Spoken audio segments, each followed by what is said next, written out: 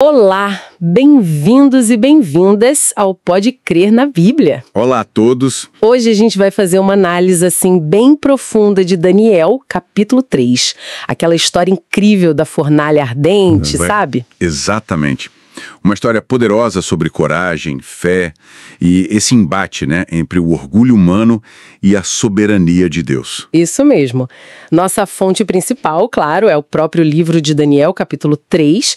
E o nosso objetivo aqui é tentar extrair lições importantes sobre a adoração verdadeira, E como a gente se posiciona diante das pressões do mundo. É um tema muito atual, sem dúvida. Bom, vamos começar então pelo contexto. O rei Nabucodonosor, ele tinha acabado de reconhecer o poder de Deus lá no capítulo 2, mas aí, logo em seguida, ele manda construir uma estátua. Gigantesca. Parece até um pouco contraditório, né? Pois é, parece mesmo. Daniel, capítulo 3, versículo 1, diz que ele fez uma estátua de ouro, com 27 metros de altura e quase 3 de largura. Um desafio direto à visão que Deus tinha dado para ele antes, sobre a sucessão dos reinos, lembra? Lembro, sim. Ao fazer tudo de ouro, era como se Nabucodonosor estivesse dizendo: olha, o meu reino, Babilônia, é que vai durar para sempre. Ele estava, na verdade, ignorando o plano de Deus. Pura soberba, Uma tentativa de controlar o futuro que, só pertence a Deus. E não foi só construir. Ele exigiu que todo mundo adorasse a estátua. O versículo 5 dá os detalhes, Tocou a música, todo mundo tinha que se curvar. E quem não obedecesse? Fornalha ardente, exato. Era uma ordem radical, uma imposição religiosa vinda do Estado mesmo. Terrível. E essa exigência, ela vai no ponto central do grande conflito, sabe? Aquela luta que existe desde sempre sobre a quem a gente deve lealdade, a quem a gente deve adorar. É uma tentativa clara de desviar para a criatura ou para um sistema humano a adoração que só Deus merece. Faz sentido. E é interessante pensar, embora isso lembre um pouco a ambição de Lúcifer por adoração, Nabucodonosor, diferente dele, ainda teria uma chance, mais para frente, de reconhecer a soberania de Deus na vida dele. É verdade, a história dele continua. Mas é aí, nesse momento da estátua, que a coisa fica, muito inspiradora. Por causa da reação de 3 jovens. Sadraque, Mesaque e Abednego. Exato. Eles se recusam firmemente. E a resposta deles para o rei diante dessa ameaça de morte é marcante demais. Como foi mesmo? Tá lá em Daniel, capítulo 3, versículos 17 e 18. É um testemunho, incrível de fé.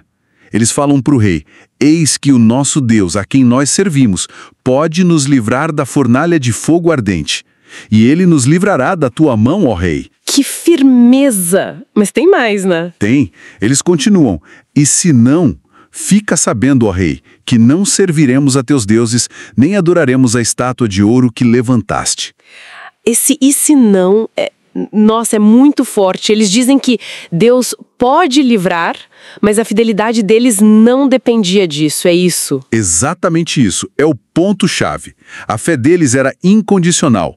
Eles confiavam totalmente no poder de Deus para salvar, claro, mas a obediência deles não estava presa ao resultado. A lealdade era a Deus, entende? Não às circunstâncias, não a se eles iam sobreviver ou não. Nossa! Eles sabiam a quem pertenciam. E ponto final.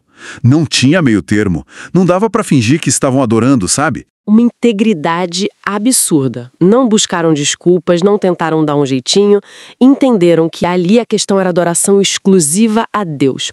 Ponto. Perfeito. E as lições disso para nós hoje são enormes. Essa história, de certa forma, ela é uma prévia do conflito final sobre a adoração que a gente vê lá em Apocalipse, capítulo 13. Sério? Como assim? Sim, porque lá também vai haver pressões parecidas, sabe? Decretos, ameaças, para forçar as pessoas a uma adoração falsa. E a pergunta vai ser a mesma, no fundo. A quem você vai ser leal? A Deus e a palavra dele? Ou aos sistemas humanos que exigem conformidade? Faz todo sentido essa conexão. Então, a grande mensagem que fica para nós é esse chamado, para a gente cultivar uma fé assim, firme íntegra, uma fé que coloca Deus em primeiro lugar, não importa o preço. Exatamente. Fidelidade acima de tudo. E para manter essa firmeza na palavra, a gente precisa se alimentar espiritualmente todo dia, né? Por isso, queremos muito incentivar todo mundo a participar do projeto Reavivados por Sua Palavra. Ah, sim. Um projeto excelente. Que é a leitura diária de um capítulo da Bíblia. É simples e transformador. Com certeza. E hoje o capítulo indicado é Êxodo capítulo 11, que é um spoilerzinho. Opa, claro. Bom, nesse capítulo a gente tem o anúncio da 10ª e última praga sobre o Egito. Aquela mais terrível, a morte dos primogênitos. É um capítulo que mostra a seriedade do juízo de Deus contra a rebeldia, sabe? Mas, ao mesmo tempo, mostra a proteção dele sobre o seu povo, aqueles que seguiram as instruções. É tipo assim, a preparação para o grande momento da libertação. Vale muito a pena ler com atenção. Nossa, que capítulo intenso. Obrigada pela dica. E que exemplo esses 3 jovens, Sadraque, Mesaque e Abednego, deixaram para nós, né? Que a gente possa ter essa mesma fidelidade. Amém. E se essa nossa conversa sobre Daniel 3 tocou você de alguma forma, ajude a gente a espalhar a palavra de Deus. Curta este material, compartilhe com seus amigos, com a família. E, claro, se ainda não é inscrita ou inscrito, inscreva-se aqui no canal Pode Crer na Bíblia para continuar explorando as escrituras com a gente. O nosso maior desejo é que a mensagem da Bíblia alcance mais e mais vidas. Isso mesmo. E fica aquela pergunta, né, que Daniel 3 deixa ecoando na mente da gente.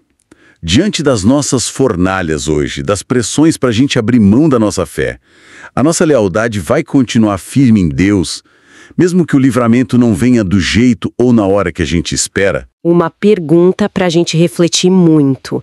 Medite nisso.